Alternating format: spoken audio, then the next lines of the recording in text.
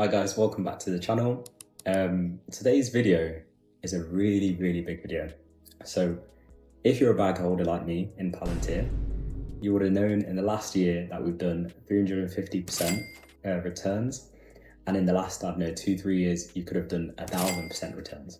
This is obviously great.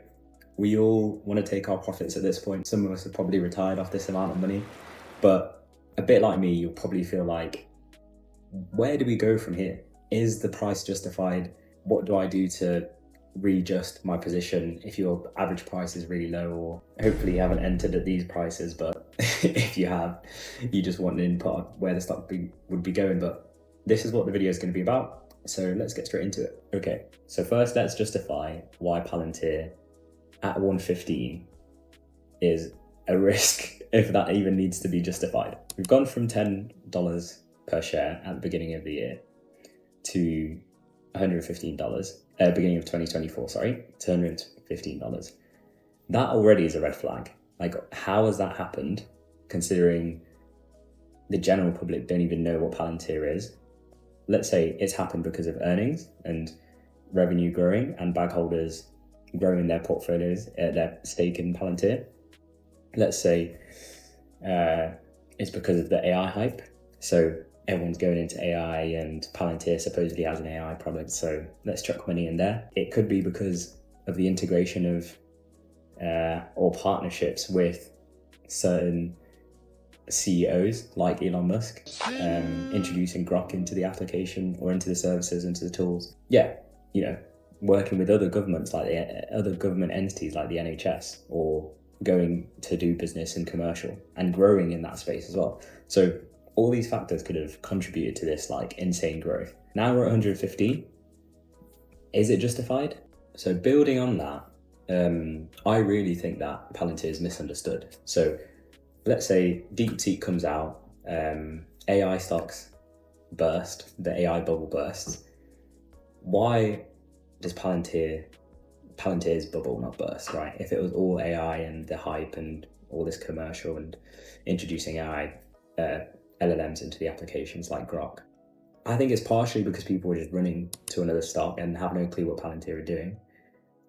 I wouldn't say that I have a perfect understanding of what they do, but if we go through their products, I feel like I do have a good understanding of what they're trying to do, and that I think that people are misunderstanding where the value is. But that's not a problem if you're an investor, because if they're driving your holdings up, then it's all good for you. But yeah, let's go through the products and see, is this an AI stock, and what are they trying to do with AI, and where is the value for Palantir moving forward, or where is the opportunity miss? Let's talk about Gotham. Obviously there's not a lot of information around the customers and what Gotham specifically does, because it's I guess the customers are defense and intelligence based, so it needs to be confidential. But the tool that they provide, the tools, the enablers that they provide within Gotham need to be robust in high risk environment. You're out on the battlefield and you need to communicate with some soldiers or something, or you need to make some decision in law with good confidentiality, or in finance. This needs to be done in a way that's super quick, super accurate, and also transparent. Because let's say, not so much about the government, but in law, if you're going to provide some evidence, you're going to need to show exactly where you got it from, how you got it, so they can say, okay, you got this by justifiable means. Like, you didn't just go in someone's house without like a search warrant or whatever, that type of scenario, but it'll be in a computing context. This is obviously powerful. Obviously they will try to integrate some sort of LLMs or like machine learning to make the decision making more intelligent.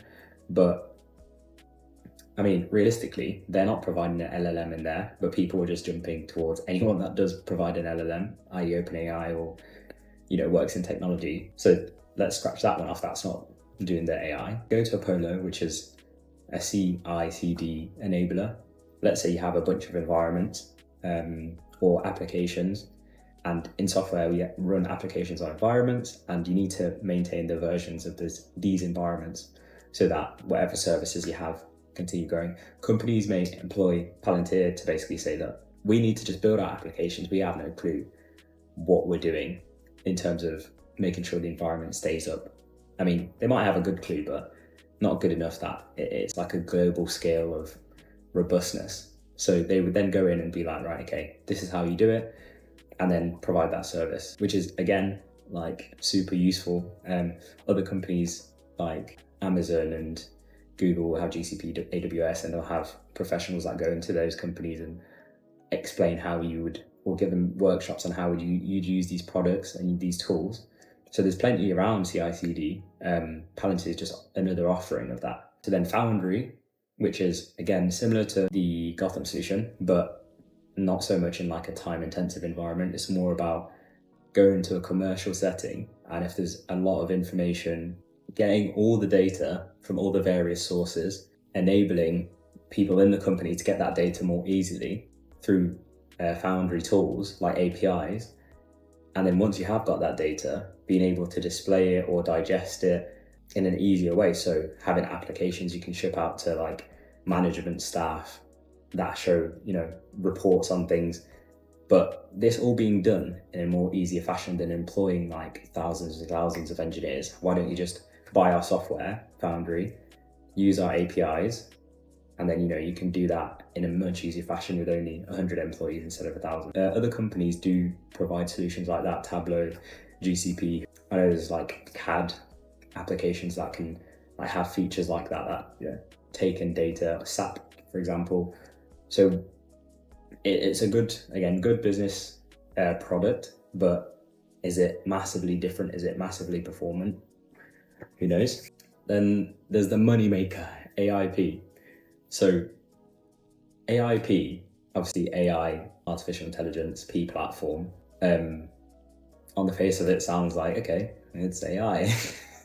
But it seems to me that this is an infrastructure tool, right? So yes, you have your OpenAIs, you have your Groks, you have your Llamas, you have your Geminis, whatever. At the moment, companies don't use these AI tools, right? Or they can't legally, or aren't happy enough that they can use the tools without compromising their data confidentiality. So in finance, can you just whip up ChatGPT and put in all the customers' data? You can't really do that.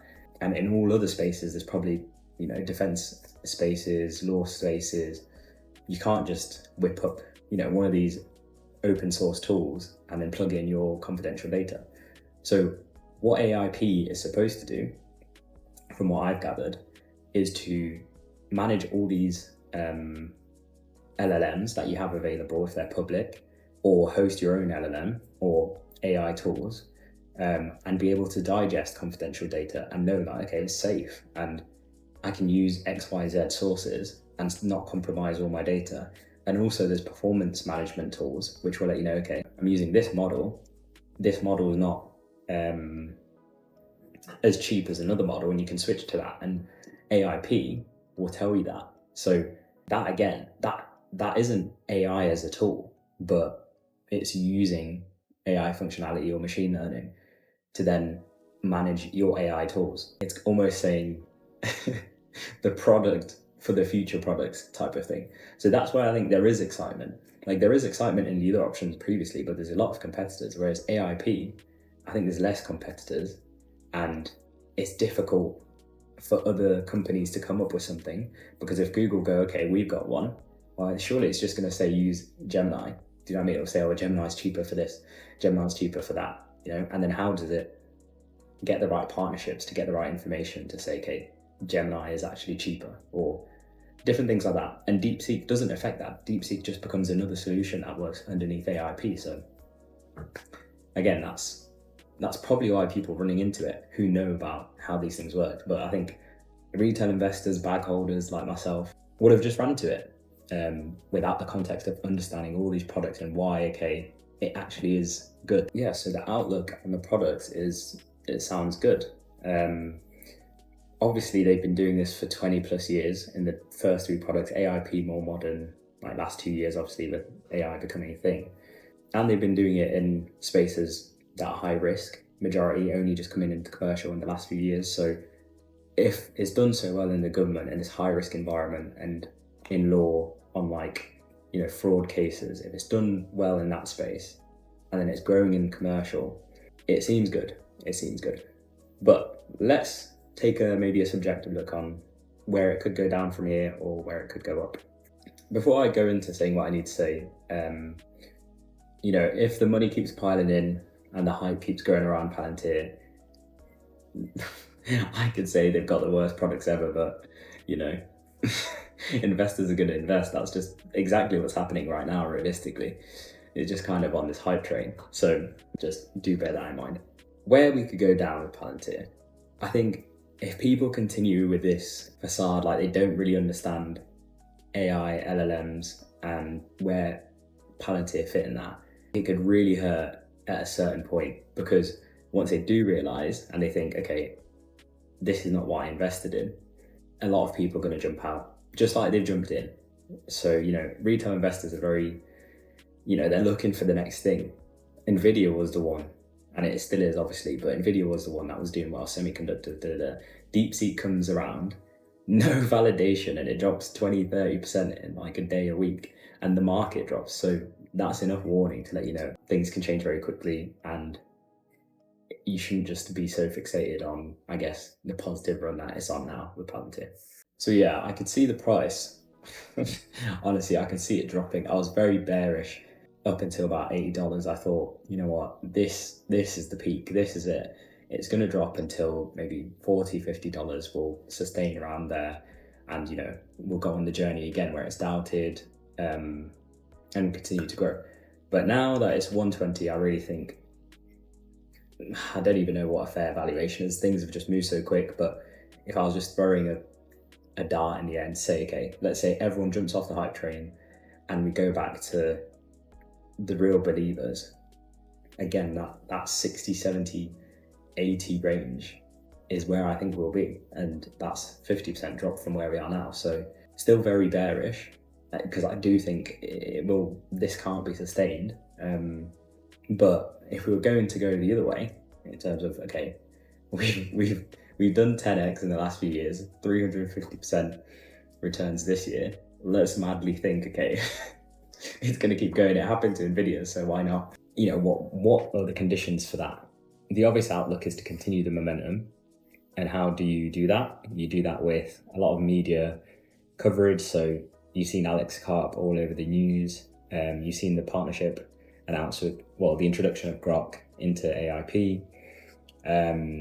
So jumping on the Elon hype train. They clearly know what they're doing in that space, but taking advantage of that and continuing to be in the faces of everyone is going to continue the hype train. Is going to continue people jumping in to start buying and start believing and start figuring out, knowing what Palantir exists. Because at this point, unless you're watching the video, maybe you didn't know Palantir existed before this. I've asked so many people since I discovered the stock, do you know what Palantir is? Do you know what Palantir is? Even people who work at companies where the stock is partnered, do you know Palantir? They either say, okay, I do know Palantir, which is very few, and then I say, do you know how the product works? No, they say, yeah, I don't work with the product. So yeah, anyway, continue the hype train. Also, the continuation of a lack of competitors or serious competitors. You know, people will say IBM is a competitor. I just don't see how. Yeah, it's a business solutions company, but a computing solutions company for businesses, but in the same space as Palantir, maybe, but probably not in the same way as Palantir. And I think there's a lack of competitors with AIP as well. So it's a good place to be for Palantir right now, I think. A bit controversial as well. As you see from a lot of Alex Karp interviews and Palantirians' positions, you know, that in their customers, they're very focused on politics, or like, I don't know, something to do with that. I won't really get into that, but that position, although it's a very controversial position, it is a good position for them, because customers in the government and commercial, you know, who want that type of partnership with a company that's performed in such high risk environments and with confidentiality, etc., they're not going to want to go to the Googles and the Amazons and the etceteras, because that will just make noise, and the Amazons, etceteras are not going to make those type of deals because it will look bad for business. Whereas like for Palantir, people just view it as that's just what they do. But yeah, that's the video. Obviously, these are just my thoughts. You know, someone who works at Palantir or Alex Karp himself could be watching this and thinking, what is this kid blabbering on about? Like, this is nothing to do with Palantir. It's all false. But that's just my view and on the basic research that I've done whilst following the company.